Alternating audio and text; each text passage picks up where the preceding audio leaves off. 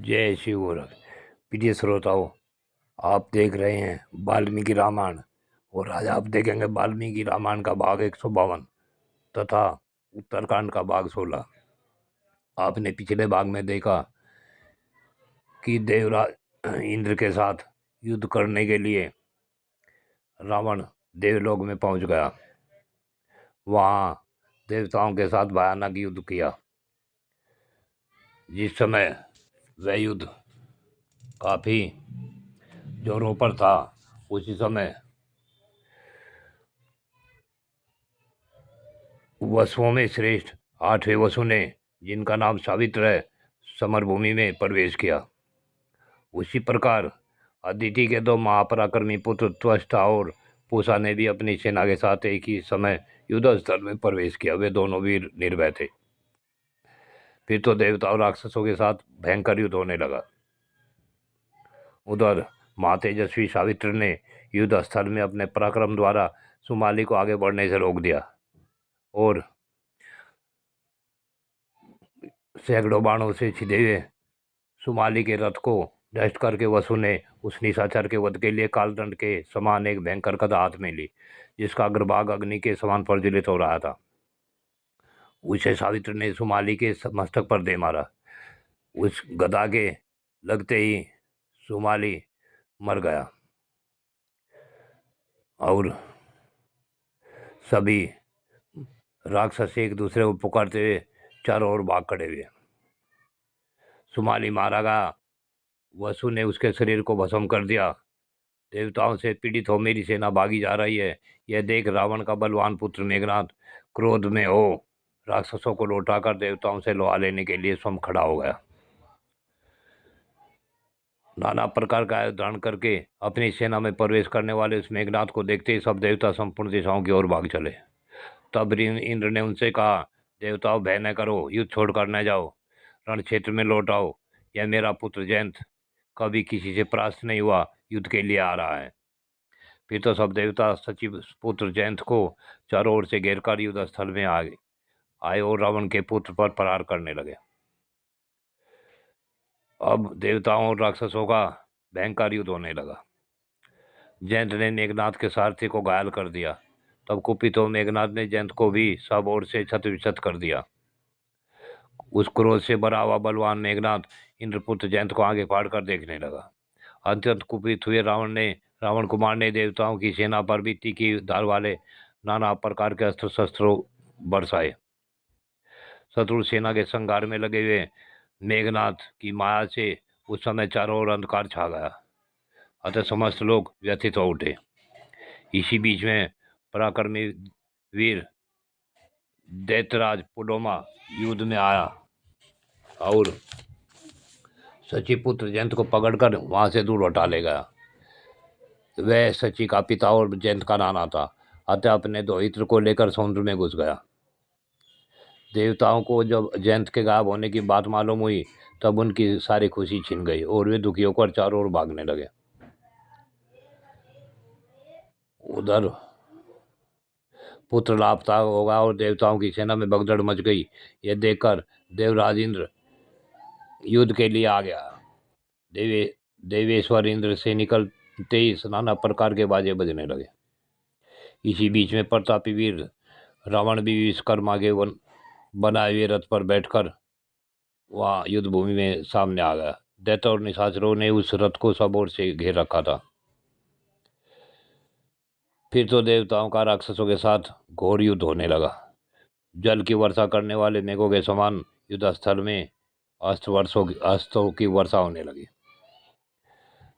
तदंतर घोर युद्ध में लगी उस सारी राक्षस सेना को रणभूमि में नाना प्रकार के अस्त्र धारण करने वाले रुद्र और मरुदगणों ने मार भगाया। वह समुद्र के समान दूर तक फैली हुई देव सेना में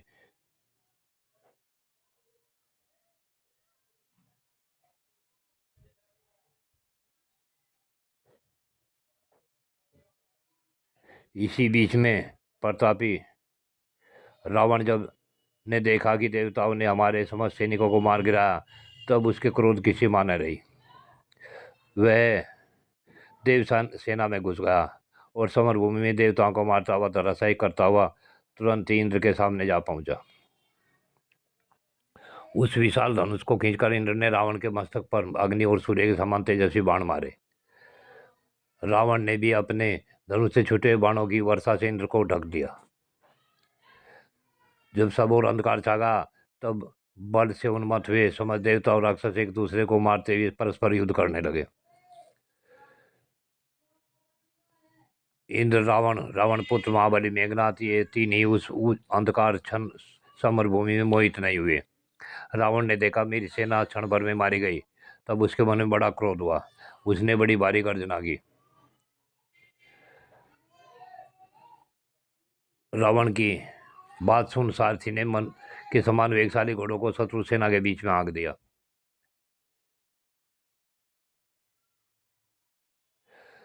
तब इंद्र ने देवताओं से कहा कि हे देवताओं, मेरी बात सुनो। मुझे तो यही अच्छा लगता है कि राक्षस को जीवित अवस्था में ही भली भांति कैद कर दिया जाए।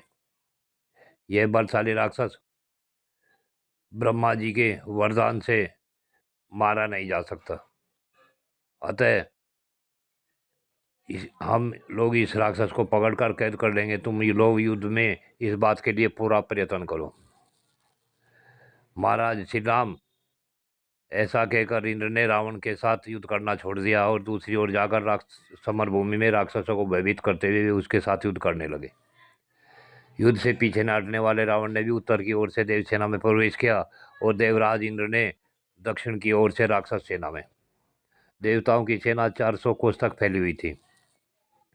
रावण ने उसके भीतर घुसकर समूची देवसेना को बाणों की वर्षा से ढक दिया। अपनी विशाल सेना को सब नष्ट होती देख इंद्र ने बिना किसी घबराहट के रावण का सामना किया और उसे चारों ओर से युद्ध से विमुख कर दिया। इसी बीच रावण को इंद्र के चंगुल में फंसा हुआ देख दानवों और राक्षसों में हाहाकार मच गया। तब रावण का पुत्र मेघनाथ क्रोध से अचेत हो गया और रथ छोड़कर अत्यंत कुपित हो उसने शत्रु की भयंकर सेना में प्रवेश किया। पूर्व काल में पशुपति महादेव जी से उसकी जो तमोमयी माया प्राप्त हुई थी, उसमें प्रवेश करके उसने अपने को छिपा लिया और अत्यंत क्रोधपूर्वक शत्रु सेना में घुसकर उसे खदेड़ना आरंभ कर दिया। यह सब देवताओं को छोड़कर इंद्र पर ही टूट पड़ा, परंतु माँ तेजस्वी इंद्र अपने शत्रु से उस पुत्र को नहीं देख सके। महापराक्रमी देवताओं की मार खाने से यद्यपि यहाँ रावण के पुत्र का कवच नष्ट हो गया, तथापि उसने अपने मन में तनिक भी भय नहीं किया। तब इंद्र ने रथ को छोड़कर सारथी को विदा कर दिया और ऐरावत हाथी पर आरूढ़ हो रावण कुमार की खोज करने लगे। मेघनाथ को जब अच्छी तरह मालूम होगा कि इंद्र बहुत थक गया है, तब उसने माया से बांधकर अपनी सेना में उसे ले आया। वह युद्ध विजयी मायावी राक्षस स्वयं तो दिखाई देता नहीं था, इसलिए इंद्र पर विजय पाने में सफल हुआ। यद्यपि देवराज इंद्र राक्षसी माया का संहार करने की विद्या जानते हैं, तथापि इस राक्षस ने महामाया बलपूर्वक इसका अपहरण कर लिया। ऐसा सोचते ये सब देवता उस समय रोष से भर गए और रावण को युद्ध से मुक्त करके उस पर बाणों की झड़ी लगाने लगे। मेघनाथ ने देखा पिता का शरीर बाणों के प्रहार से जर्जर हो रहा है। वे युद्ध में उदास दिखाई देते हैं। तब ऐतरस रहकर ही रावण से इस प्रकार बोला, ये जो देवताओं की सेना तथा तीनों लोकों के स्वामी इंद्र हैं, इन्हें मैं देव सेना के बीच से कैद कर लाया हूँ। ऐसा करके मैंने देवताओं का घमंड चूर कर दिया है। आप अपने बलपूर्वक कैद करके इच्छानुसार तीनों लोगों का राज कीजिए, भोगिए। मेघनाथ की बात सुन सब देवता युद्ध से निवृत्त हो गए और इंद्र को साथ लिए बिना ही लौट गए। रावण पुत्र मेघनाथ अब अत्यंत बलशाली इंद्र को जीतकर अपने नगर में ले गया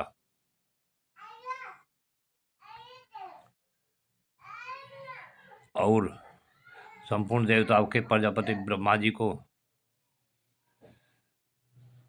मनाने लगा। जय श्री गोरख। प्रिय श्रोता, आज की कथा यहीं पूर्ण होती है। आगे कथा अगले भाग में।